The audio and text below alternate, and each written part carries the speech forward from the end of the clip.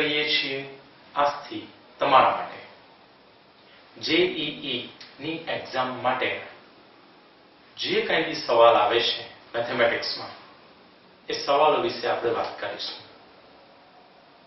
કુલ 16 unit છે, જેમાંનો પ્રથમ unit આપણે લઈએ છીએ યુનિટ 1 ગણ, સંબંધ અને વિધેય.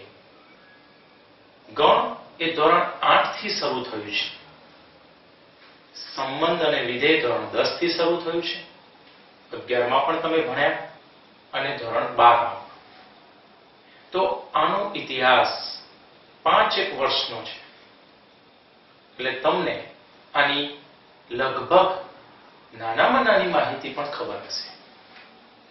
પણ છતાં આપણે જ્યારે JEE માટે શરૂ કરીએ છીએ કાર્યક્રમ, તો મને એવું ઉચિત લાગે છે કે હું થોડીક માહિતી તમારા મેમરી માટે ફટાફટ અહીંયા બતાવી દઉં.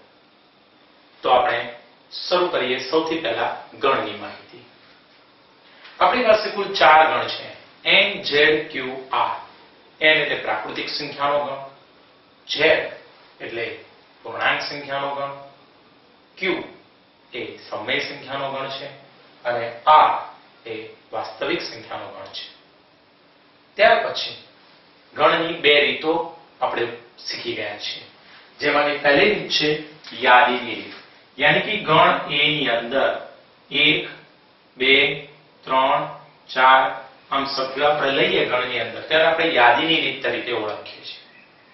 એ જ યાદીની રીતની જગ્યાએ જો ગુણધર્મની રીત હોય તો ગણ A બરાબર x, જ્યાં x એ પ્રાકૃતિક સંખ્યાનો ગણ. આ રીતે જ્યારે આપણે દર્શાવીએ ત્યારે એને ગુણધર્મની રીત કહેવાય છે. પ્રકારો વિશે તમે પરિચિત છો દોસ્તો. ખાલી ગણ યાની કે આ રીતની એનો સંકેત છે અથવા તો આ રીતનો સંકેત છે. એકાકી ગણ કે જેમાં ફક્ત એક જ સભ્ય આવે છે. શાંત ગણ 1, 2, 3 એમ ચોક્કસ સભ્યો છે એ આવે એને શાંત ગણ કહે છે. જ્યારે અનંત ગણની અંદર 1, 2, 3, 100 એમ 100 અનંત સુધી સભ્યોની હારમાળા ચાલુ રહે તો એને આપણે અનંત ગણ કહીએ છીએ.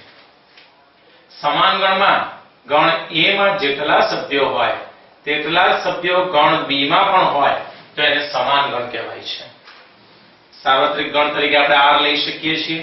અને ઘાત ગણ યાની કે PA દર્શાવ્યું છે, એનો અર્થ એવો થયો કે જો હું અહીંયા ગણ A ની અંદર 2 સભ્યો લઉં તે બંને સભ્યોના ઉપગણ ની સંખ્યાને અથવા તો ઉપગણના ગણને ઘાતગણ કહે છે. ઓકે, અને એની સંખ્યાને નંબર ઓફ PA યાની કે જેટલા ઉપગણો મળે છે એટલા જ ઘાતગણના સભ્યો મળે છે. છેલ્લે ઉપગણ એટલે A ના તમામ સભ્યો B માં હોય તો આ સંકેતને આપણે ઉપગણ કહીએ છીએ. ઉપગણ વિશે કેટલાક જરૂરી મુદ્દાઓ સમજીએ.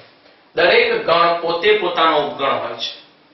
ખાલી ગણ એ દરેક ગણનો ઉપગણ હોય છે.